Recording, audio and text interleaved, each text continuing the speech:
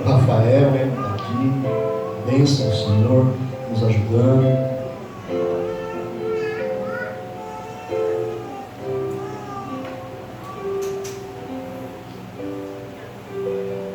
Abra sua Bíblia comigo, irmão, Evangelho de Lucas. O Ricardo. Ô, Ricardo, Deus abençoe. A esposa. O filho. Que bênção, tá grande, hein? Em nome de Jesus. A Jéssica, eu já falei, a Jéssica. Bênção. Bênção. Bênção. Abra sua Bíblia comigo no livro de Lucas. Evangelho segundo escreveu Lucas. Lucas capítulo de número 2. Lucas capítulo de número 2. Uma passagem bem conhecida, amém? Bem conhecida. Hoje não tem como falar de outra coisa a não ser do nascimento de Jesus, porque nós estamos aqui nessa noite celebrando, irmãos. É um culto de celebração. Celebração é festa, é alegria, é vida, tem que celebrar. E hoje nós celebramos o nascimento de Jesus. Pastor, mas Jesus não nasceu dia 25 de dezembro? Não nasceu dia 25 de dezembro. Que dia que Jesus nasceu? Não sabemos. A maior probabilidade que tenha sido entre os meses, há uma divergência também até nisso, entre os meses de março ou abril, ou setembro e outubro. Até nisso ainda há divergência. Mas o importante, irmão, como eu sempre digo aqui para os irmãos, não é quando Jesus nasceu, o importante é que ele nasceu. O importante é que ele veio, né? O importante é que ele esteve entre nós, como diz lá em Isaías capítulo 7, Deus conosco, né? O menino que nos nasceu, e sobre ele ele seria o príncipe da paz, Deus forte, Deus poderoso, né? E seria Deus conosco. Esse é o importante, não importa o dia. Então, para nós que somos cristãos, Natal é todo dia. Todo dia é Natal, né? O mundo todo, o mundo do cristianismo, né? Os lugares que se comemoram o Natal vai comemorar no dia 25, daqui 2 quartas-feiras. Nós vamos estar novamente, você vai estar com a sua família, e eu quero que você esteja celebrando isso que nós vamos falar nesta noite. Aqui estão os presentes que nós compramos para as crianças, que vai ser entregue daqui a pouco. Tem mais de 30 presentes aqui, ó. E foi você também que ofertou e ensinou durante o ano, que proporcionou isso aqui. Então, é gostoso receber um presente? Claro que é, uma criança vai ficar muito feliz, e você vai fazer uma criança feliz. Mas o Natal não é presente. O Natal não é presente. Daqui a pouco nós vamos estar ceando aqui. Vamos comer uma comida preparada com muito amor, com muito carinho, por esta igreja para nós. Mas o Natal também não é comida. Tudo isso faz parte, eu acho que faz parte, é gostoso. Eu amo o Natal, amo. Para mim é um dos momentos mais gostosos do ano. Eu espero com ansiedade chegar. E quando eu descobri Cristo, aí que eu passei a amar mais ainda, né? Eu já gostava do Natal, porque na minha casa eu sempre fui muito pobre, né? Até hoje eu sou, mas era bem mais pobre do que eu sou hoje. A melhor comida era no Natal, né? Era um tempo que você comia bem, então eu esperava com ansiedade chegar o Natal, e como eu gostava quando chegava o Natal. E agora mais ainda, porque hoje nós vamos celebrar aqui o nascimento, o fato mais importante da história da humanidade. Não existe outra coisa, não existe nada. O diabo, o demônio e os enviados dele debocham disso que nós estamos fazendo aqui. Está uma grande polêmica agora no Brasil por causa de um filme dos infernos que fizeram, por um rapaz que nós temos que orar pela vida dele, para que um dia ele conheça esse Cristo. Nós não devemos odiar ele, devemos odiar quem está trabalhando a vida dele, mas não ele. Ele é só uma ferramenta do Satanás, só isso. Mas o nosso Deus, ele é vituperado, ele é atacado, ele é debochado todos os dias no mundo inteiro. Mas nós que conhecemos a Ele e sabemos do seu amor, nós temos que celebrar este dia com muita alegria, com muita... não importa se no dia 25 de dezembro o que você vai cear vai ser um ovo frito, não importa, celebra Cristo, meu irmão. Celebra Cristo. Não deixe que talvez você queria comer um peru. Eu não gosto de peru. Não me me faz falta um peru, eu não gosto. Mas se você não vai ter um peru na tua mesa e vai ter ali um frango assado, glorifica o nome do Senhor. Porque não é o Natal, não é o peru nem o frango assado, é o Jesus, é o nosso Salvador. É isso que nós estamos celebrando, é isso que nós vamos celebrar daqui 2 quartas-feiras na nossa família. Na minha família vai ter amigo secreto, que legal, que gostoso, que maravilhoso. Mas não é isso que é Natal. Natal é Jesus. Natal é Jesus. Natal é Jesus. Então esse é o fato mais importante de toda a história da humanidade. Tanto que a história da humanidade é dividida após esse dia aqui. É antes de Cristo e depois de Cristo. Porque quando Cristo nasce, irmão, já fica aí uma palavra profética. Quando Cristo nasce, Ele faz uma divisão na vida do homem, antes de Cristo e depois de Cristo. Quando Cristo nasce no coração do ser humano, Ele faz uma divisão. É o antes e o depois. Quem era eu antes de Cristo e quem sou eu depois de Cristo, irmão? Uma pessoa totalmente diferente. Completamente diferente. Porque Ele tem esse poder para mudar, para transformar. Ele tem esse poder. Jesus tem. Então, na verdade, o nascimento daquele menino tão frágil, né? Porque todo bebê é frágil, irmão. Quem tem bebê, quem tem filho aqui, nos primeiros dias, quando você pega, dá medo de pegar, parece que vai quebrar, né? Tão frágilzinho que é. Mas aquele bebezinho tão frágil, irmão, foi o maior acontecimento da história aquele dia. Ele mudou por completo. E tem mudado há 2000 anos. Ele continua mudando por completo. O nascimento de Jesus, irmão, ele tinha um objetivo, uma missão, um propósito revelado na palavra, revelado pelos profetas, que era de o Messias, o Salvador, o Redentor, aquele que veio resgatar o homem do pecado. Esse foi o grande propósito dele ter nascido, e foi um grande milagre o nascimento de Jesus. Os irmãos sabem, os irmãos conhecem a palavra, conhecem a Bíblia, conhecem a história. Mas nessa noite, irmãos, eu quero, através dessa palavra, trazer algumas reflexões a respeito desse grande evento, dessa comemoração dessa noite. Por que estamos aqui comemorando o nascimento de Jesus? Nós estamos aqui porque o Messias nasceu, o Salvador nasceu, o Redentor nasceu, e Ele não só nasceu, mas Ele viveu entre nós. E não só viveu entre nós, mas Ele morreu por nós. Então nós estamos aqui nessa noite para louvar o nome do Senhor. E Lucas, capítulo 2, Lucas ele é médico, o doutor Lucas, historiador. Então Lucas, quando ele vai escrever o Evangelho, ele nunca viu Jesus, ele nunca andou com Jesus. Mas Lucas, quando vai escrever o Evangelho, ele vai conversar com pessoas que viveram com Jesus. Ele vai pesquisar sobre a vida de Jesus. Então ele traz dados importantíssimos acerca desse dia. E ele escreve no capítulo 2, acerca do nascimento de Jesus. Ele diz assim: e aconteceu naqueles dias que saiu um decreto da parte de César Augusto, para que todo mundo se alistasse.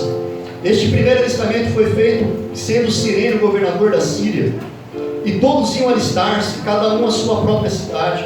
E subiu da Galiléia também José, da cidade de Nazaré, até a Judeia, a cidade de Davi, chamada de Belém, porque era da casa e da família de Davi, a fim de alistar-se com Maria, a sua mulher, que estava grávida. E aconteceu que, estando eles ali, e cumpriram-se os dias em que ela havia de dar à luz, e deu à luz o seu filho primogênito, e envolveu-o num pano e deitou numa manjedoura, porque não havia lugar para ele na estalagem. Ora, havia naquela mesma noite, naquela mesma comarca, pastores que estavam no campo e guardavam durante as vigílias da noite o seu rebanho. E eis que um anjo do Senhor veio sobre eles, e a glória do Senhor cercou de resplendor, e tiveram grande temor.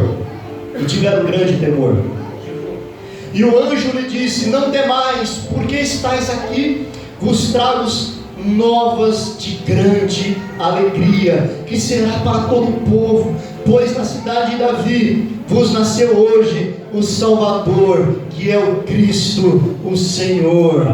E isto vos será por sinal: acharás o menino envolto em panos e deitado numa manjedoura.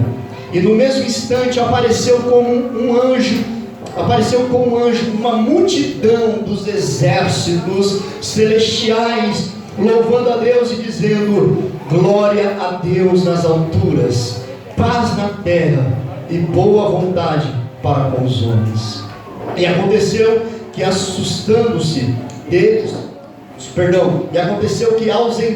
deles os anjos para os céus, disseram aos pastores uns aos outros: vamos, pois, até Belém, e vejamos isto que aconteceu, e que o Senhor nos fez saber. E foram apressadamente, e acharam Maria e José, e o menino deitado na manjedoura. E vendo, divulgaram a palavra que acerca do menino lhes fora dita. E todos os que ouviram se maravilharam do que os pastores lhes diziam. Mas Maria guardava todas essas coisas, conferindo-as em seu coração. E voltaram os pastores, glorificando e louvando a Deus por tudo o que tinham ouvido e visto, como lhe havia sido dito. Louvado é o nome do Senhor. Queridos, como eu disse, nessa noite eu tenho pouco tempo, mas eu quero ministrar a palavra do Senhor acerca do nascimento de Jesus. Como eu falei, o maior acontecimento da história do homem. Primeira coisa que nós podemos saber, irmão, o nascimento de Jesus, esse dia, que nós não sabemos exatamente qual foi o dia, mas nesse dia, cumpria-se ali uma profecia de Deus, cumpria-se ali uma profecia do Senhor. E se alguém puder abrir a Bíblia aí e ler o livro de Miqueias,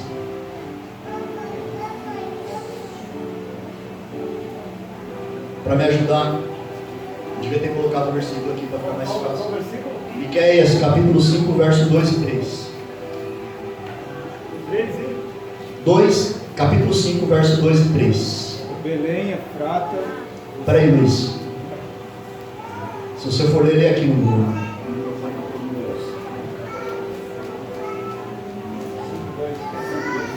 Belém, Efrata, você é apenas uma pequena vila da Judéia, mas será o lugar onde vai nascer o rei de Israel. Ele será descendente de uma família que vem de um passado distante, de tempos antigos. Glória a Deus. Na minha versão diz: e tu, Belém, Efrata, posto que queira entre milhares, posto que é pequeno entre milhares de Judá, de ti me sairá o Senhor de Israel, e cuja origem são desde os tempos antigos, desde os dias da eternidade. Portanto, os entregará até o tempo em que está. Portanto, os entregará até o tempo em que a que está de parto tiver dado a luz. Então o resto dos seus irmãos voltará com os filhos de Israel. Primeira coisa que nós podemos entender do nascimento de Jesus, querido, entenda isso. Deus, Ele tem traçado um plano para a vida do ser humano, desde antes da fundação do mundo. E este plano, ele é perfeito, e este plano vai ser cumprido conforme Deus tem determinado. Miqueias viveu muitos anos antes disso, do dia do nascimento de Jesus, mas o Senhor revelou para Miqueias exatamente como ele iria nascer, aonde ele iria nascer. Isso para provar, meu irmão, para mim e para você, que o Senhor, Ele é soberano, e que Ele tem a história do homem, a história da humanidade está sobre a mão de Deus. Nada sai do controle do Senhor, nada sai. Talvez nós hoje aqui estamos preocupados com muitas coisas, com muitas questões. E meu querido, se Deus te chamou, se Deus te escolheu antes da fundação do mundo, se você é um escolhido de Deus, como eu preguei aqui há 3 domingos atrás, se você é esse escolhido de Deus, descansa no Senhor, porque Ele tem o controle da sua vida nas tuas mãos. O Senhor, nada do que aconteceu aqui, no que nós lemos aqui em Lucas escrevendo, Deus moveu o mundo, querido. Deus fez com que Augusto César, o imperador de Roma, fizesse um recenseamento, um alistamento. O que é isso, pastor? Era o seguinte, meu irmão, esse alistamento era feito para 2 finalidades. Primeiro, para servir o exército. Segundo, para arrecadar impostos. Só que o povo de Israel não poderia servir no exército romano, então eles descarta a primeira possibilidade desse alistamento. Qual que ficou?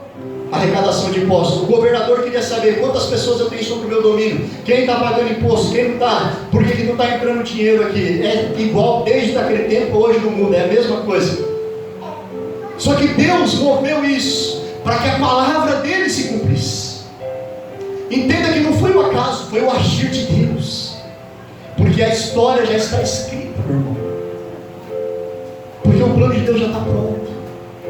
Eu não conheço, você não conhece, mas Deus sabe. O que eu preciso é descansar no Senhor.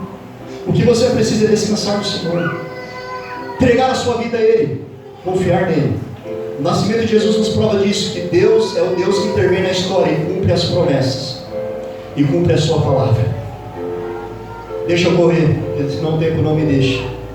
Uma coisa que me chama muita atenção nessa passagem de Lucas, capítulo número 2, é de que quando José e Maria saem de Nazaré e anda 120 quilômetros para chegar até Belém, a mulher grávida, eles andam 120 quilômetros até chegar à cidade de Belém, porque eles eram da família de Davi. Mais uma profecia se cumpriu, porque o Messias, Jesus, o Salvador do mundo, o Senhor falou para Davi, sobre o teu reino nunca deixará de ter poder sobre o teu reino, sobre o teu trono sempre terá. Então ali era uma promessa para Davi, de que o Messias viria da sua família, e José é da família do rei Davi, e Maria também é da família do rei Davi, descendentes da tribo de Judá. Por isso que Jesus é chamado de leão da tribo de Judá. Então, meu querido, veja que Deus trabalhou de uma forma poderosa para cumprir a sua palavra. Mas quando chega em Lucas capítulo 2, depois de 120 quilômetros, entenda que o mundo inteiro estava se movimentando. Pessoas estavam saindo de um lugar e indo para outro, pessoas saindo de um lugar e indo para outro. Belém, como nós lemos lá em Miqueias, era uma cidade muito pequenininha, um vilarejo pequeno. Quando Maria e José chegam naquele lugar, o versículo 7 de Lucas deixa bem claro que ela começou a ter trabalhos de parto, como estava dizendo lá em Miqueias capítulo 3, que aquela que está grávida entrará em parto e dará a luz em Belém. E ela começa a entrar em trabalho de parto, e eles começam a procurar lugar para que Jesus pudesse nascer. Só que a palavra nos diz que não havia lugar para Jesus nascer. E eu iniciei essa mensagem dizendo que Jesus precisa nascer na minha vida e na sua vida todos os dias. Jesus precisa nascer no meu coração, no teu coração todos os dias. Todo dia precisa ser Natal, porque Natal é o nascimento de Jesus, o Salvador. Naquela época, devido ao número de viajantes, as estadarias, os hotéis, as pousadas da época estavam lotadas, não havia reserva. José não tinha celular para reservar, não tinha o Trivago na época dele. Então ele foi na fé, vai chegar lá, nós vamos encontrar lugar. Mas quando ele chegou, não encontrou lugar, meu irmão. Não tinha lugar. Olha, entenda isso aqui que eu estou dizendo. O maior homem que já existiu na terra, o Deus que encarnou, ele veio a esse mundo e não encontrou lugar para que ele pudesse nascer. E aí eu te pergunto nessa noite, será que Jesus encontra nessa noite lugar no teu coração, para que ele possa nascer no teu coração nessa noite? Porque há 2000 anos atrás não tinha lugar para Jesus, e hoje a história continua se repetindo. As pessoas estão vivendo a vida, mas Jesus não encontra lugar para nascer na vida delas. As pessoas não querem abrir o seu coração. Lá em Apocalipse, se eu não me engano, em Apocalipse, se eu estiver errado, só não me corrija, está escrito que eis que eu estou à porta e eu bato, e aquele que abre a porta eu entro, e eu não só entro, mas eu entro e eu ceio com ele, ou seja, eu tenho um relacionamento com ele, eu tenho amizade com ele, eu vou cear com ele, eu vou viver com ele. Só que olha o que diz a palavra: eu estou à porta e eu estou batendo. Quem tem que abrir a porta? Não é ele, é eu e é você. Somos nós que temos que falar: Senhor, nasce no meu coração, nasce na minha vida. Senhor, não tem lugar para o Senhor lá, mas aqui no meu coração tem, Senhor. Lá no mundo talvez não tenha lugar para o Senhor, mas na minha vida tem, Senhor. Glória a Deus. No meu coração tem espaço para o Senhor. Ou será que nós vamos fechar o coração para Deus e não vamos deixar que o Senhor, o Messias, o Deus Todo-Poderoso, nasça em nosso coração? Correndo, meu irmão, porque o tempo é pouco. No verso 8, nós vamos entender que Jesus, o nascimento de Jesus, trouxe esperança para os que não tinham esperança. Guarde isso. O nascimento de Jesus, aquele menino frágil, naquele dia, ele começou a mudar a vida de pessoas.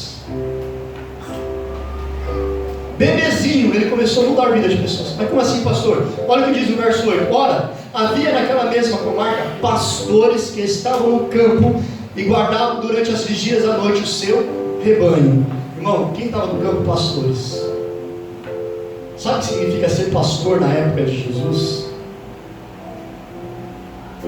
Significava ser desprezado por todas as pessoas. Qual é a pior? Para mim não existe profissão ruim, irmão. Ruim é vagabundo. Trabalhador que limpa o bueiro é digno. É digno. O trabalhador que varre a rua é digno. Para algumas pessoas são desprezados, mas são dignos. Eu não sei qualificar qual seria o pior emprego hoje. Talvez, para mim, o pior emprego hoje seria alimentar leões no zoológico. É um risco de morte constante. Mas tem gente que vai lá. Eu não sei qual seria o pior emprego. Mas uma coisa eu quero dizer, naquele momento, aquele era o pior emprego. Ser pastor de ovelhas. Sabe por quê? Porque ser pastor de ovelha era desprezados. Eles não poderiam nem participar dos rituais do templo, porque eles eram considerados imundos pela religião da época. Olha como que Jesus começou a mudar quando ele nasceu. Aqueles que eram impedidos de entrar no templo, aqueles que eram impedidos de participar dos rituais, agora estão trabalhando no campo e de repente a glória de Deus aparece nos céus.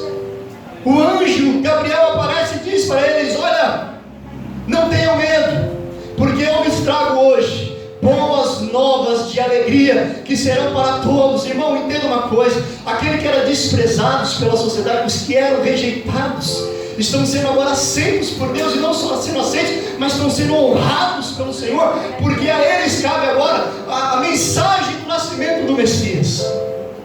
Olha que coisa linda, como que o Senhor começou a mudar a vida do homem no seu nascimento. O nascimento de Jesus trouxe esperança para os que eram rejeitados. Pastor de ovelha era considerado o pior trabalho da época, mas foi para esses homens humildes que o Senhor trouxe a maior notícia de todos os tempos. Deixa eu te dizer uma coisa, irmão. Sabe no dia que você ouviu o Evangelho e você aceitou o Evangelho? O Senhor estava fazendo a mesma coisa que você, estava derramando sobre você a sua glória. Estava derramando sobre você a sua glória. O céu se abriu, imagina a coisa linda, o céu se abriu. O anjo aparece. E o anjo diz no verso 10, o anjo lhe disse: não temais, porque aqui vos trago novas de grande alegria. E esse é o tema da minha mensagem. Boas novas de grande alegria, irmão. Boas novas de grande alegria. E olha o que o anjo diz. Quais são essas boas novas? Olha o que o anjo diz: que será para todo o povo. Ele diz: pois na cidade de Davi vos nasceu hoje o Salvador, que é Cristo, o Senhor.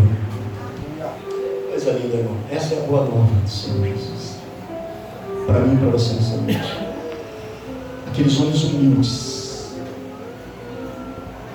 humildes, desprezados, foram os primeiros a receber a maior notícia de todos os tempos.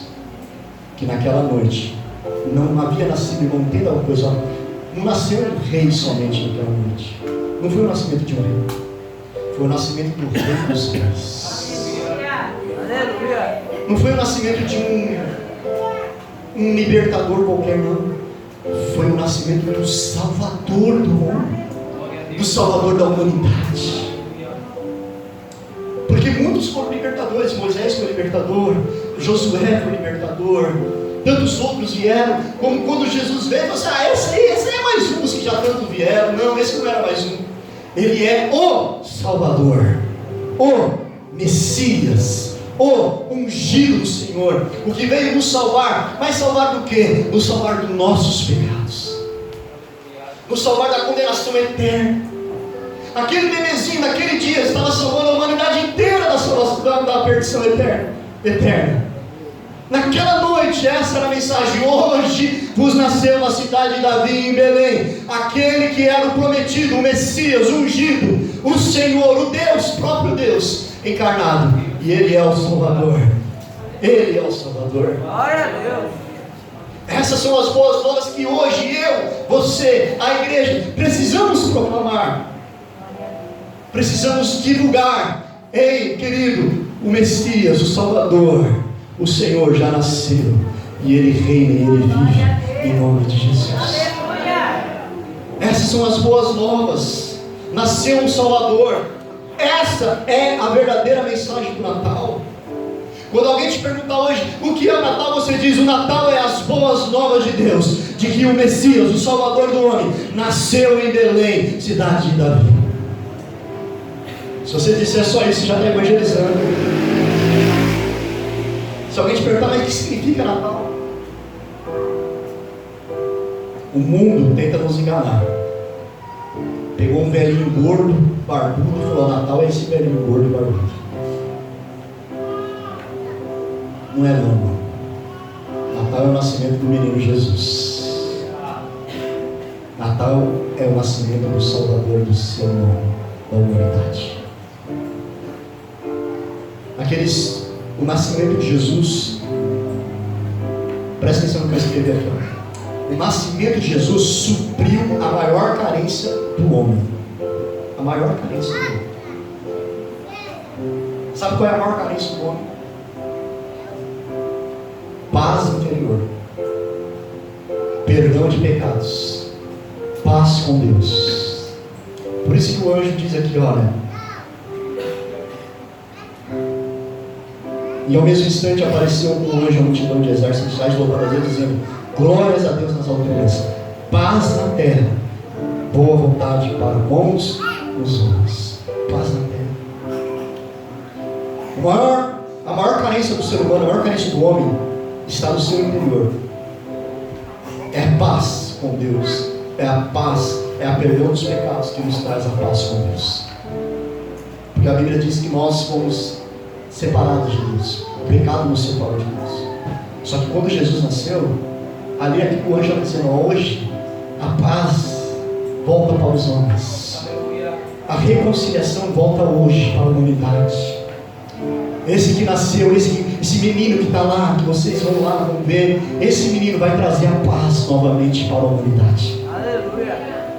E interessante que quando nós estudamos a palavra do Senhor, nós vamos entender que o governo romano, ele se estabilizou no mundo com uma bandeira. A bandeira de Roma era a paz romana. Era a que Roma pregava. Nós viemos para trazer paz, porque Roma, ele invadia o lugar. Ele não invadia para destruir, ele dominava o povo, ele dava segurança para o povo. Tanto que Roma foi, já ouviu aquele ditado: quem tem boca vai a Roma? Ou já ouviu aquele ditado que diz assim: todos os caminhos levam a Roma? Por que esse ditado? Porque os romanos realmente fizeram isso, eles abriram estradas, abriram os caminhos. Roma era a cidade central, mas todas as províncias, eles criavam estradas, e havia soldados nas estradas dando segurança para as pessoas que viajavam nas estradas. Então havia realmente uma paz romana. Tanto que quando os judeus quiseram crucificar Jesus, qual foi o argumento que convenceu Pilatos, que não queria executar Jesus? O argumento que ele criou, que Satanás criou. Eles não tinham que acusar Jesus. Pilatos falou: eu não vejo pecado nesse homem, eu não vejo erro, eu não tenho como matá-lo. E aí eles foram espertos. Fala assim: olha,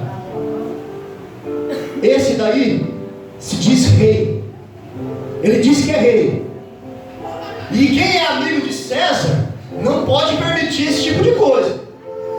Não está escrito na palavra? Aí Pilatos falou: peraí. Eles usaram, irmão, eles estavam dizendo assim: ó, Jesus, esse aí, vai causar um tumulto aqui, porque ele está dizendo que é rei. E Roma quer paz, ele não quer guerra, ele quer tranquilidade. César não quer problema.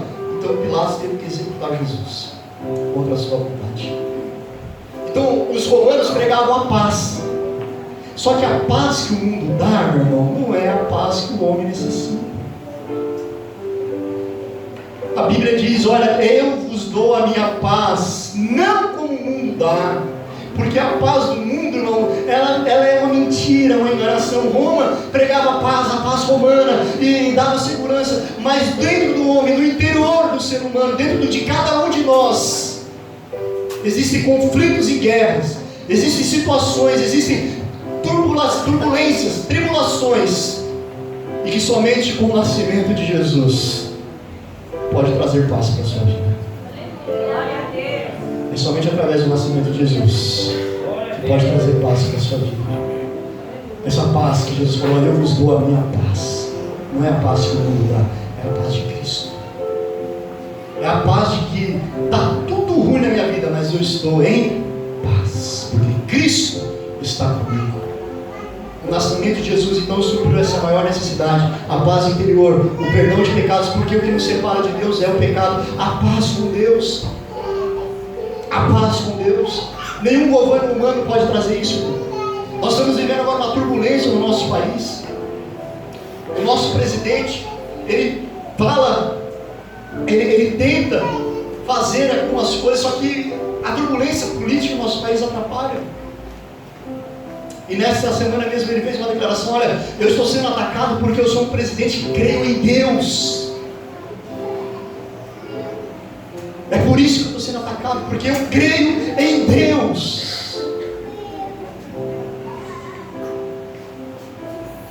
Crer em Deus, irmão, pode nos trazer paz, pode nos trazer vitórias. Naquela noite, Jesus, ele nos ensinou uma outra lição.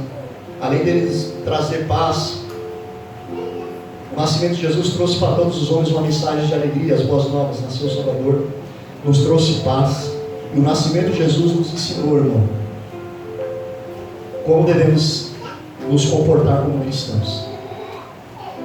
Porque ele, sendo Jesus, o Filho de Deus, o próprio Senhor encarnado, ele podia ter nascido em qualquer lugar, mas ele nasceu em Belém, a menor cidade. Não tinha lugar para ele naquela cidade. Ele nasceu numa manjedoura, humilde, simples. O Salvador do mundo, o Rei dos Reis, o Senhor dos Senhores, nasceu numa manjedoura. O Senhor quer nos ensinar, irmão, que nós temos que ser humildes. O nascimento de Cristo tem que ensinar para a igreja a humildade de Cristo. Paulo fala assim: sejais os meus imitadores, assim como eu sou imitador de Cristo. Nós não podemos ter orgulho no nosso coração. Nós não podemos ser soberbos. Quem é a igreja de Jesus não pode ser soberbo, não pode ser orgulhoso. Ah, pastor, mas eu posso ter dinheiro? Pode ter dinheiro. Você pode lutar, você pode trabalhar, você pode estudar, você pode conquistar, mas essas coisas não podem mudar quem você é. Não pode mudar a essência do cristianismo.